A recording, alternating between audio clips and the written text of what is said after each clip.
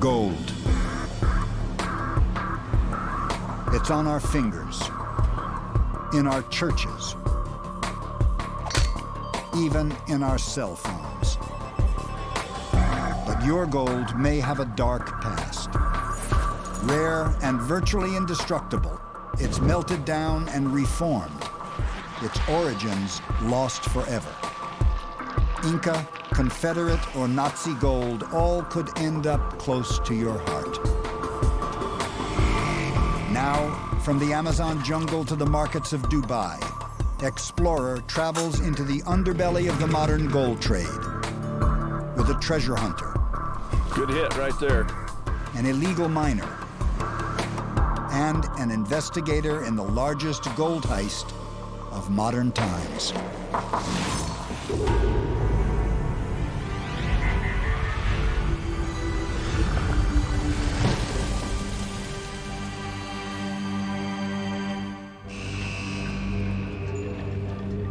London, 1983.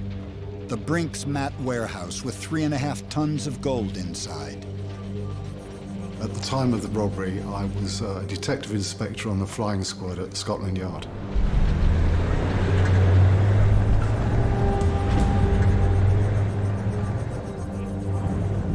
The robbers had someone on the inside, and they had their own set of keys to allow them to get into the premises. Move, lads!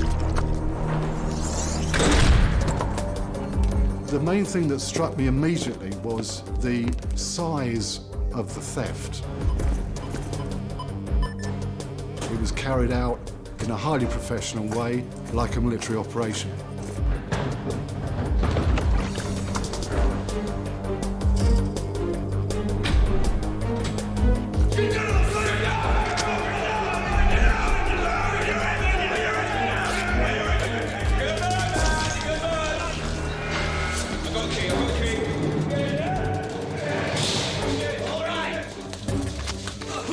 Put the code in. Put it in now. Come on. 47, 15, 6. All right, the bottom one. Come on. Come on. I don't remember. Tell us the number then, mate. I don't remember the number. Tell Jesus, me. I'm telling you Fine. the truth. Just tell me the truth. Lads. Lads. The gold was not actually inside the safe, but it was in a mesh strong area. You're getting out here.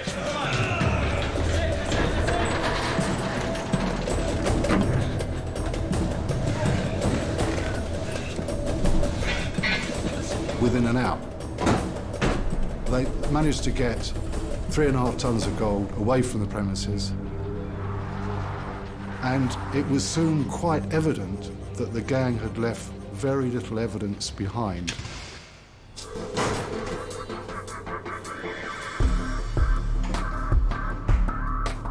Tracking the missing bullion from the Brinks-Mat robbery has obsessed investigator Tony Brightwell for a quarter century. Nothing would please me more than to get my hands on just one gold bar that was stolen from the Brinks-Mat robbery.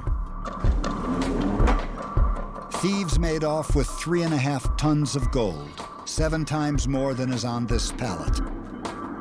The sudden removal of so much gold spiked global prices because supply is surprisingly small.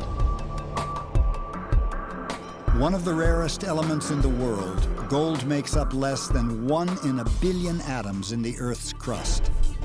And all ever mined would form a cube only 66 feet tall, small enough to fit inside the base of the Statue of Liberty. So, much of this limited supply is used again and again, melted down and reshaped into countless forms. But with so little gold in the world, reintroducing 3.5 tons at once could attract the attention of the authorities. If I was a criminal and I had a tremendous amount of gold, I would sit on it. If you slowly insert a little bit of gold at a time into circulation, it would be very, very, very difficult for law enforcement or the industry to pick up on that.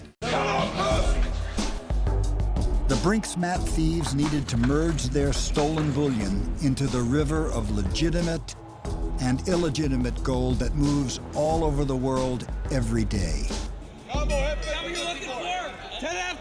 Gold brings virtually the same price no matter where it comes from or how many times it changes form. Put your hair back, madam. So stolen gold is easy to resell anywhere in the world and nearly impossible to trace. After the Brinks-Mat robbery, Tony Brightwell visited scrapyards in London, but the odds of finding anything were long. It would be quite easy for them to mix it with base metals to disguise it and hide it amongst all the metal that you can see here. You wouldn't even recognize it was gold. It could be a garden gnome sitting there.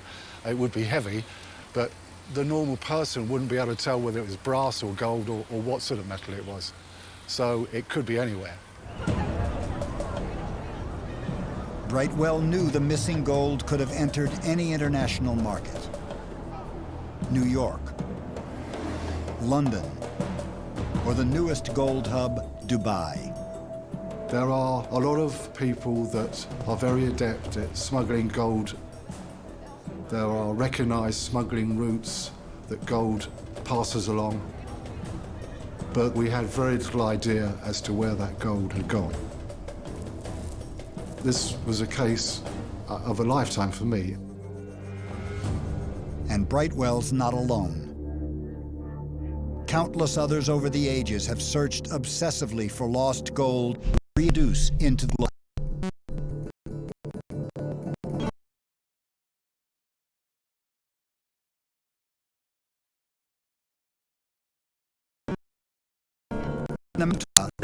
Steve Schaefer is searching for missing pieces of Spanish treasure. I've been in this treasure hunting business well since I was about 16 years old. Gold has cost many, many lives. It's caused a lot of deaths, a lot of hate, a lot of discontent throughout the ages. It can bring out the best in men and can bring out the worst in men. There. Growing up in Utah, Steve heard legends that he hopes to prove true. The Spanish first came to Utah looking for the 7 cities of gold, and they used the Indians as slave labor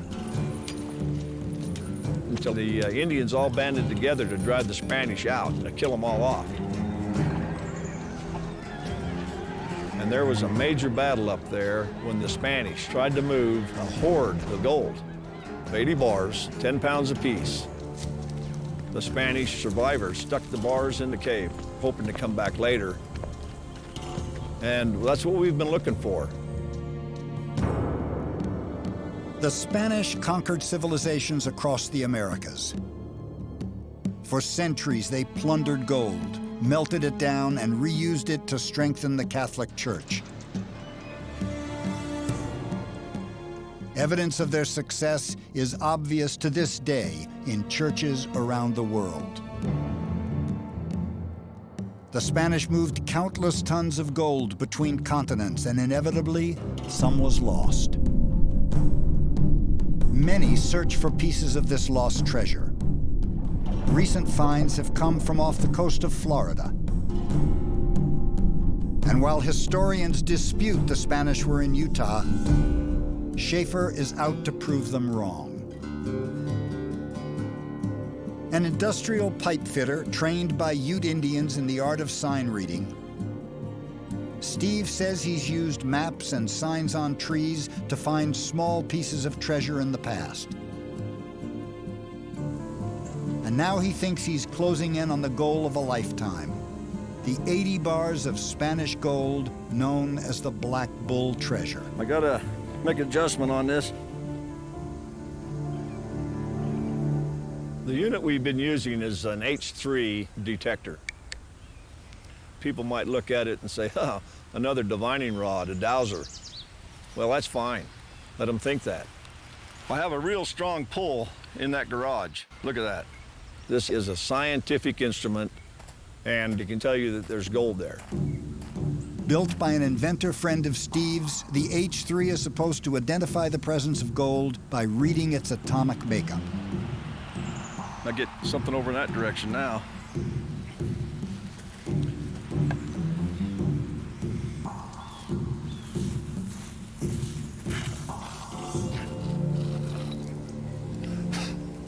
Today, the device leads Schaefer back to his own gold, hidden by his partner. That's a nice find. Yeah, it's a Spanish gold coin that came off of Rock Creek in eastern Utah, very near where a massacre took place. But whether or not the H3 will work in the field remains to be seen. Steve's team includes his trusted friends Stuart and John and his son Cody. After all these years, the ultimate thing for us is to find that cache, the ultimate cache. It'd just make everybody just say, hey, that old guy was pretty smart. He knew where that stuff was. And that's what we're looking for. And with a book of treasure signs to guide him, the missing gold may be close at hand.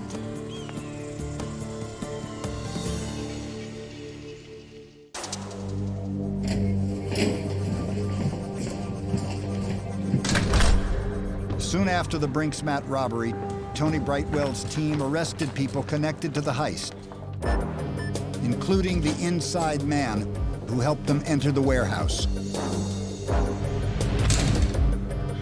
But no one would give up the location of the gold. The huge amount of gold, 3.5 tons, meant that if it was disposed of immediately on the market, it was going to cause a definite peak in gold transactions in this country, without a shadow of a doubt. We do know that it wasn't disposed of all at once, and our inquiries led to several sources in Hatton Garden that we believe were involved. The Hatton Garden neighborhood is a traditional gold center in London. It rapidly became a focus of Brightwell's investigation. He worked around the clock in hopes of finding a lead. Bear in mind that the actual weight of this gold was the equivalent of 2 medium-sized cars. And in order to dispose of this gold, they had to disguise it. Brightwell knew the stolen gold was pure and came from Johnson Matthey, one of the world's largest and oldest refiners.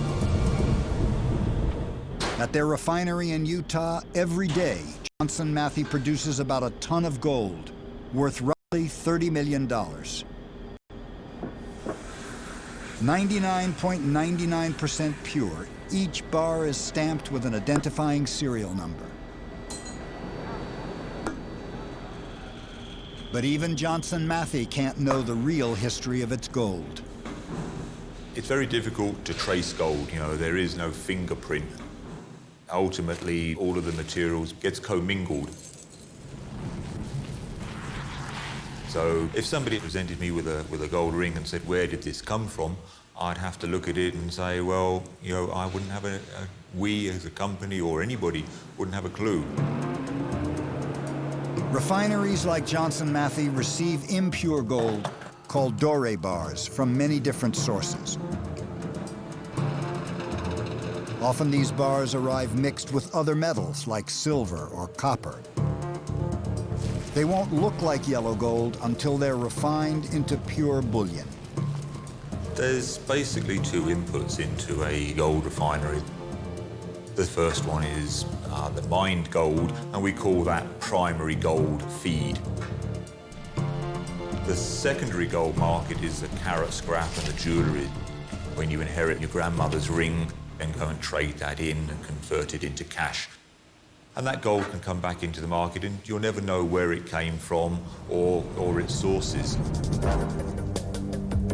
Brightwell believed the Brinksmat thieves would try to hide the source of their gold by disguising its purity. He investigated numerous small shops in Hatton Garden to uncover who might be handling the newly disguised gold. And soon, he would make an amazing discovery. much of the gold was actually sold back to the same refiner that cast the bars in the first place. In fact, we think nearly half of the gold, having changed its form several times, eventually ended up with Johnson Matthey.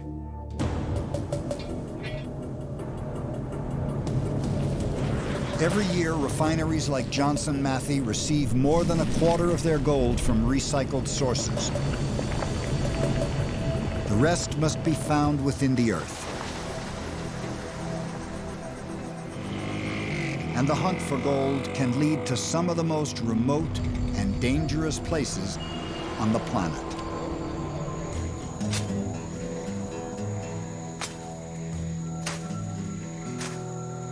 Has vuelto primavera después de un largo viaje. A quarter of the world's gold comes from small-scale, often illegal mining operations. Has vuelto primavera después de... These are the original tributaries in the untraceable river of gold that can end up on your finger. Sabemos cómo lo producimos, sabemos cómo lo sacamos, lo vendemos el oro. Pero no sabemos dónde se va y podemos tener muchas ideas, ¿no? Que se vaya al extranjero, que se vaya a manos de gente rica, pero realmente no sabemos que el oro que nosotros realmente producimos, el oro que yo trabajo, pues no sé para dónde se va.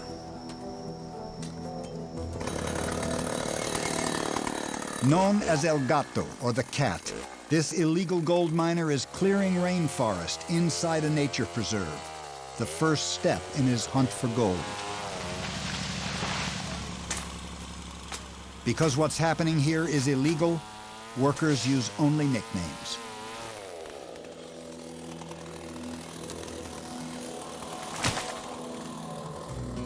This is some of the most biologically rich jungle in the world. Son bonitos, ¿no? But it's also known for the purity of its gold. Buscar el oro, encontrar el oro en este sitio de la selva. Claro que es difícil para aquella persona que no conoce, ¿no? No pueden explorar, caminar, andar monte con un machete en la mano, es un poco difícil. Pero tengo 20 años trabajando aquí, para mí ya no es nada difícil. To know where exactly to dig, El Gato looks for concentrations of gold flakes that are nearly invisible. Cuando yo voy a buscar oro, ¿no? Ensayo el oro, calculo la cantidad de chispas que hay. Si es una producción reportable, yo lo trabajo. Gold exists nearly everywhere on Earth, even in seawater, but is virtually always found in minuscule amounts. Bastante oro. Mira.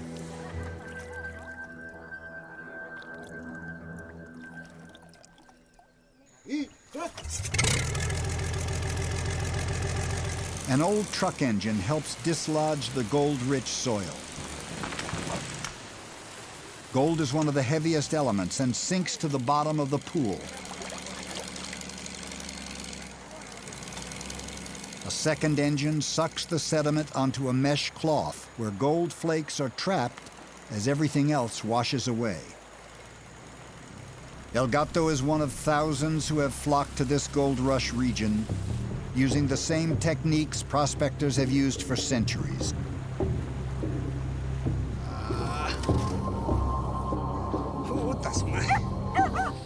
His ancestors used gold even 4,000 years ago. And the Incan Empire fell to the Spanish, who came for their gold. Today, nearly 10% of global supply comes from Peru, and many risk everything to get their hands on gold.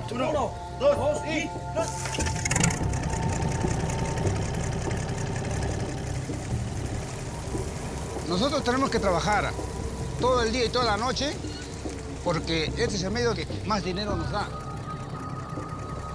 El Gato's five-man team works 24 hours straight, hoping to find just a single ounce. He says one member of his group is killed nearly every year, usually buried alive by mudslides. 10 of his friends have died working in just the past year. Sabemos que es peligroso, pero toda persona tiene una meta. Yo tengo una ilusión también, ¿no? Quizás es un sueño que todavía no lo realizo, ¿no? Nunca voy a dejar de buscar el oro, hasta conseguir lo que yo quiero.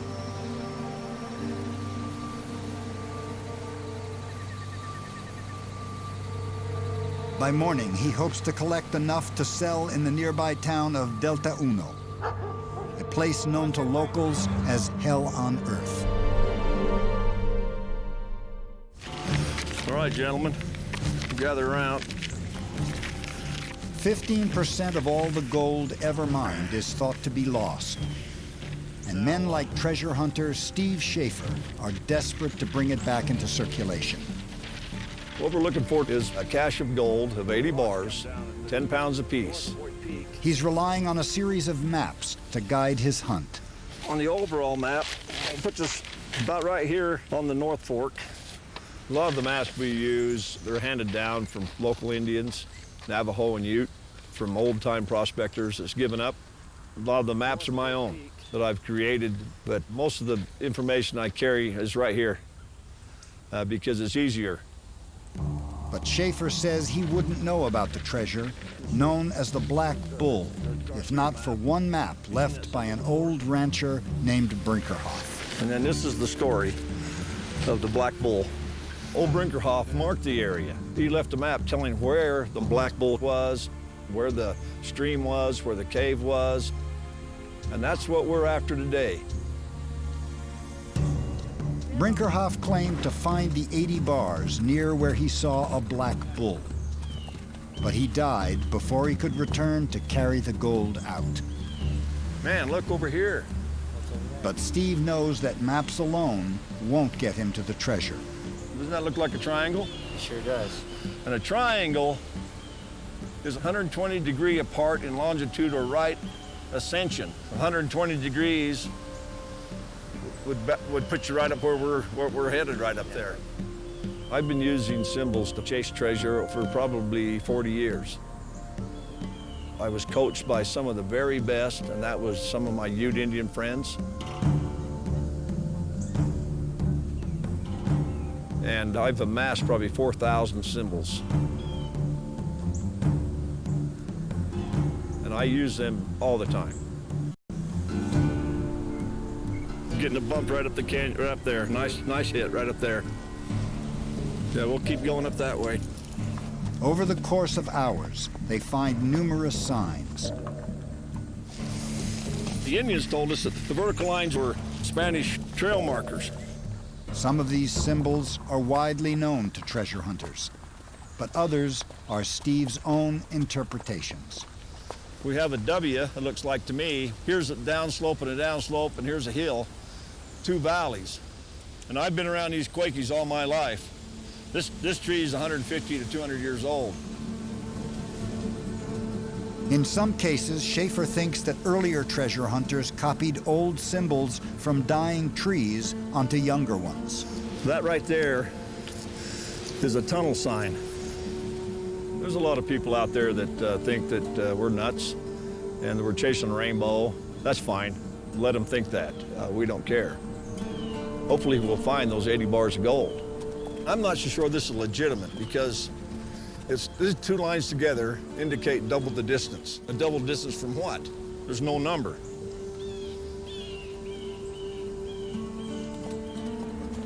After crossing miles of terrain, Steve can't be sure he's getting any closer. But it's time to stop for the night. We find this gold tomorrow, definitely quit the job and invest. Buy a big, nice farm somewhere, down by Stewart.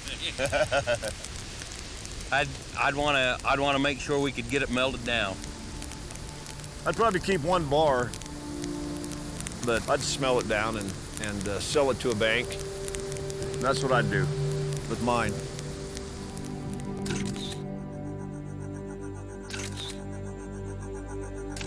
After working obsessively on the Brinks Mat heist for more than a year, Tony Brightwell's team made a huge breakthrough. Their contacts in Hatton Garden had tipped them off that a man had come looking to buy a smelter And now, following the lead, they arrested the mastermind behind the operation.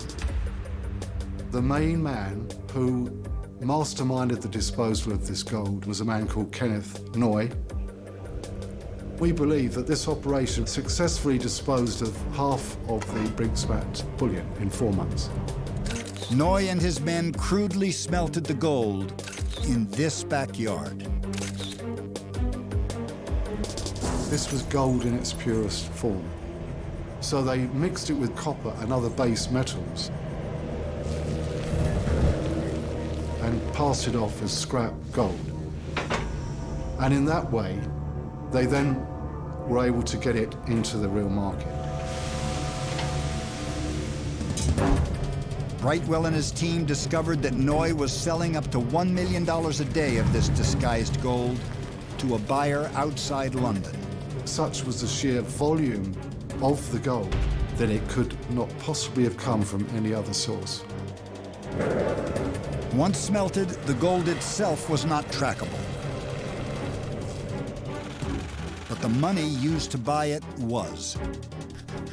The serial numbers on the cash Noy received finally gave investigators something to follow and led to Noy's arrest. Brightwell followed the paper trail, which led to more than 50 defendants around the world, each of whom were tied to the marked bills. But finding the gold itself has proven nearly impossible. While police followed hundreds of leads, only one panned out. They found these 11 bars buried at Noy's home. Of 6,800 missing bars, so far it's the only gold they've recovered. Blimey, it's 25 years ago, and how many bars did we ever get back, you know? 11. Investigators believe that Kenneth Noy only recycled half the gold. And the rest may still be entering the fastest growing gold market in the world. In Dubai, crossroads of the international gold trade, nearly 2 million pounds of gold enter and leave the country every year, a fifth of the world's physical gold trade.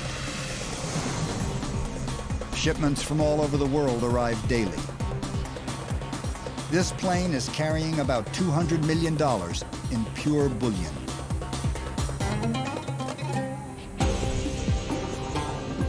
Abdullah Al-Hashmi is responsible for the security of the gold shipments. Dubai is a gold center, has been for a long time. Because of the geographic of Dubai, if you see, we can deal with west and east. So we receive gold from Johannesburg, Zurich, Perth, New York, Bombay, different places. Few ever see this process.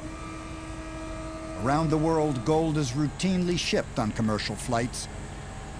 But for security reasons, it's always the last cargo on and the first off. Every seal is checked to make sure it hasn't been tampered with. And once it's opened, the customer is allowed to approve the shipment. This gold, more than a ton and worth about $30 million, will be moved across town to a bank.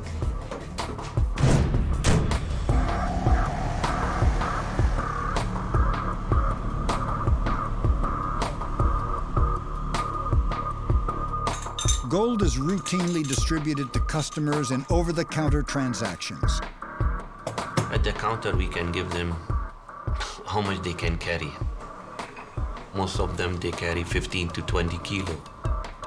This man will walk out with nearly 25 pounds of gold, worth more than $300,000. In Dubai, there are almost no restrictions on cash transactions, few taxes, and little financial tracking. Receiving and moving gold are easy both ways. There is no restriction. This lack of regulation has helped Dubai grow into one of the world's largest gold markets. But it's also helped make it a major gold laundering center. cannot separate gold from Dubai. The two are linked. Officially, the gold that comes into the country is well tracked and well monitored. But there is still quite a bit of gold being smuggled out. Drugs, illegal arms shipments, and terror financing have all been tied to the gold trade here. And Tony Brightwell thinks Dubai may be where some of the Brinksmat gold ended up. Dubai is a well-known smuggling location. We certainly know that one of the Brinksmat robbers is now domiciled there. We actually traced cash assets to accounts in Dubai in the 80s, early 90s. So the connections were established even back then. But proving the Brinksmat gold has moved through one of the world's most unregulated markets is impossible. Brightwell may need to look much closer to home. After 24 hours of work, illegal miner El Gato is ready to collect his gold for the global market. Los mercados grandes afectan la economía de mi trabajo. Cuando el oro sube, yo agarro más dinero. Pero cuando el oro baja, dificulta mi economía también. After sifting tons of earth, he hopes to collect about an ounce of gold from the tiny flakes trapped in the carpets. La vez pasada era con encima, ¿no? Con tarro de tierra, entonces por encima pintaba el oro.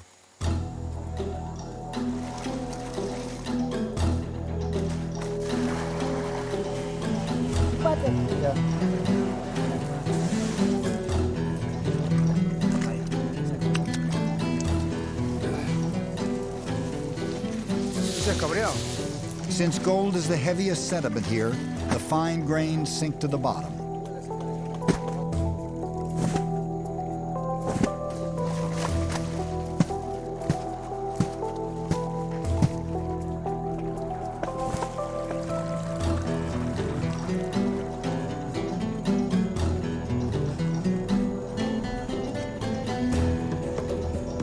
From this concentrated ore, they must now extract the pure gold. And as always, getting your hands on gold is a dangerous proposition. Tengo que utilizar acá unos 200 gramos yo de mercurio para que todo el oro se junte, ¿no? En el fondo.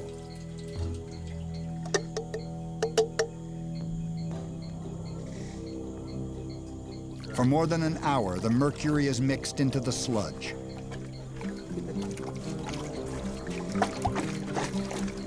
Like a chemical magnet, the gold flakes bind to the mercury. But mercury is a neurotoxin. It can damage the brain, nervous system, kidneys, and liver, and poison ecosystems for generations. Es peligroso, es tóxico, ¿no? Porque lo absorbemos, pero y eso es lo que hago. Estamos acostumbrados a eso, ya hemos empezado a un principio así. Cuidado, cosa, con el agua.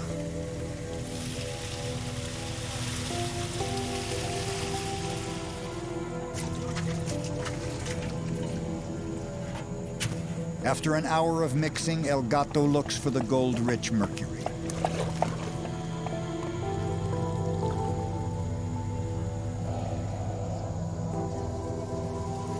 Pásame la taza.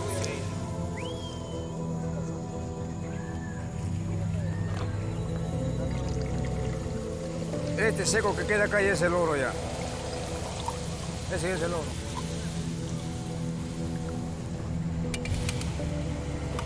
El Gato's teacup-sized find is just one of millions of tributaries to the global supply.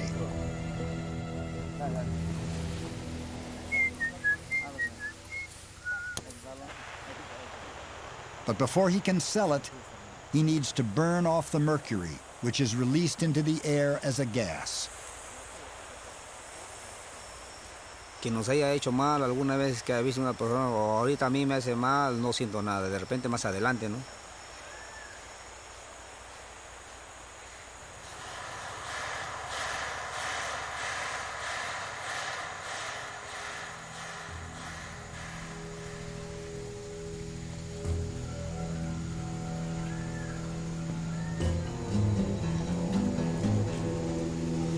Den permiso, den permiso, den permiso, den permiso. Immediately, his gold is in demand. ¿Qué causa? A creditor appears. Escúchame, Pete, entiéndeme. Mira, mira, gato, no me trates así, gato. Pero tú tampoco, no, tú tampoco no te gato. acerques. Ya ves, pero Juan, me haces un chongo. Entiéndeme, Juca, estoy haciendo un negocio. No me hagas hablar, desgraciado, ¿ah? 1.500 diarios. Ya, ¿no? Va a tener un baño, ¿eh? Oye, ven. And his workers want their cut. Together, they share 25%.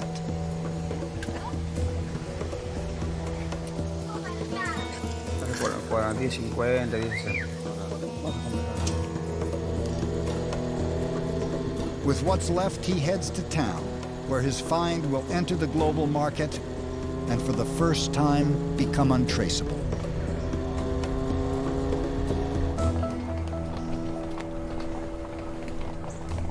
In Utah, Steve Schaefer is also nearing his goal. He's made countless trips in search of the treasure and fears this one might end in disappointment too. But like others obsessed with finding gold, he won't give up. See that band of cliffs up there? Right at the bottom of that is where the river runs under the mountain. And that's where the cave is. Good hit right there. The H3 detector appears to indicate there's a high quantity of gold within 200 yards. Yep, we got to go right over the slide and into the trees. We got it made.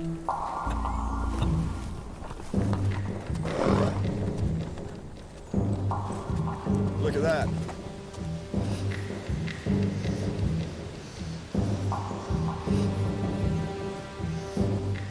There's the bull.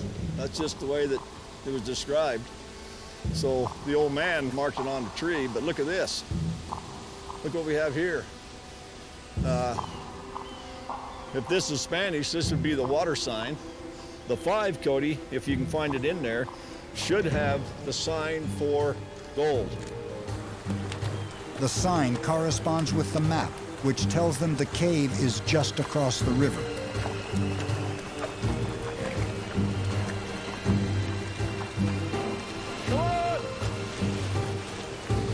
There's the cave right there. It is.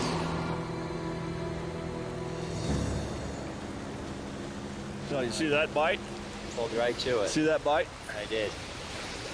It's hitting good.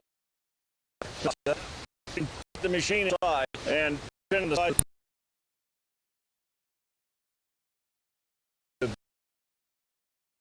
We probably ought to just take a metal detector in and so we can get down in there.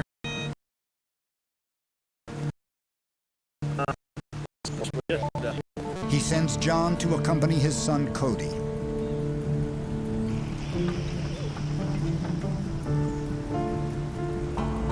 It's an exciting moment for me because my son is officially taking over the reins of my 40 years of search. I need to pass that knowledge on. Okay.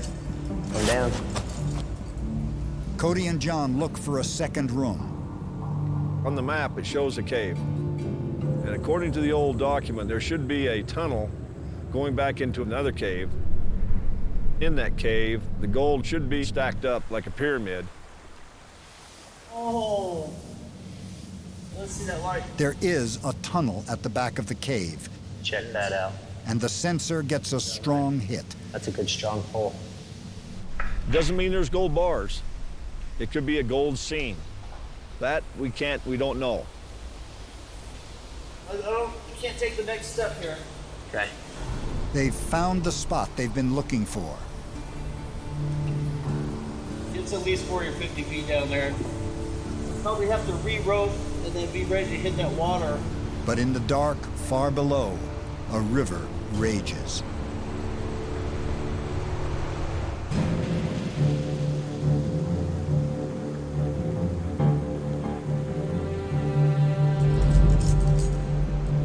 Steve Schaefer's team is descending into the final chamber of the cave where they think the Black Bull treasure is hidden. We think we're there, and hopefully we'll be able to uncover 80 bars of gold. We can't determine if it's a cache or if it's a vein. If it's a real strong vein, it'd act like a cache the same way.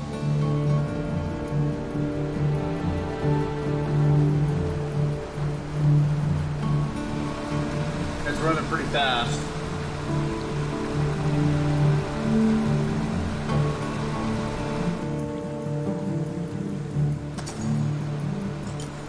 They hope to see a pyramid of gold.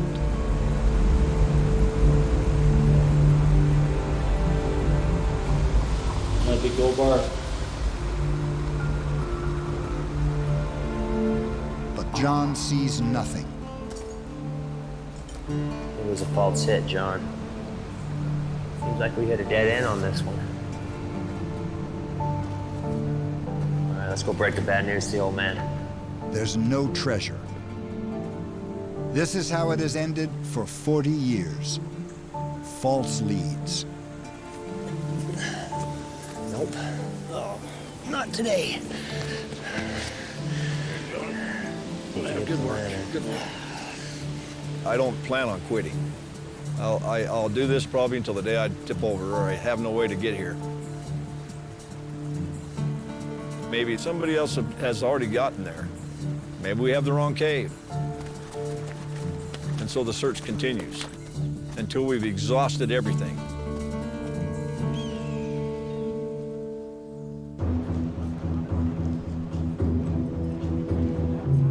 Tony Brightwell's hunt has come to an end as well. Today, after searching for nearly a quarter century, he knows the Brinksmat gold could be anywhere, in any form. It is conjectured that 1 in 10 people in the UK were walking around with a piece of jewellery that had been made out of the Brinksmat gold that was stolen. Kenneth Noy served 8 years for his role in laundering the gold. But only the 11 bars at his house were ever found. As recently as 2008, police searched for the gold in a London storage locker. But like nearly all other leads, it proved false. What happened to it? That's the mystery. We know who did it. We know who helped dispose of it. Assets have come back to the losers of the property.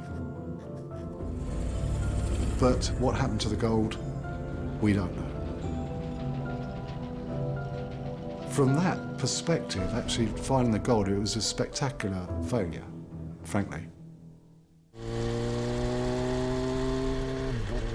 But one person has managed to get his hands on gold. And for the moment at least, El Gato is sure of its origins. He's finally reached the town of Delta Uno. La sociedad en la que yo me desenvuelvo aquí en el Taú no creo que confiaría. Porque o me roba o lo coge o algo. El oro es igual. No lo puedes reconocer por el oro.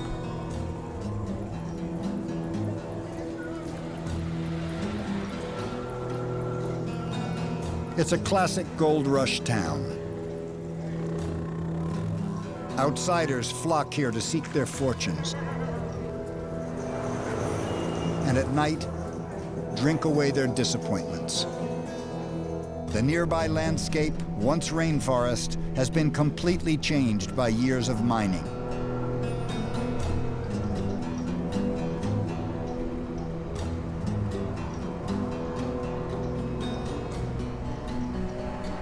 Tenemos que ir buscando el oro en cualquier sitio que encontramos, ¿no?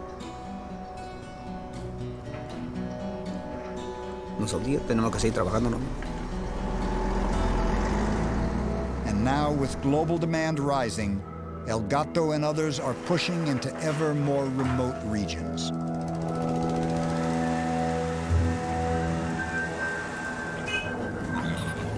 It's here that El Gato's gold will enter the global river.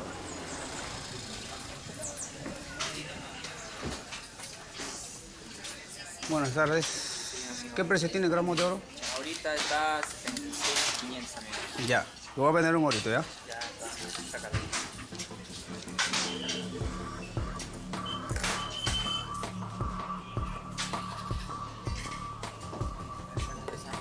30.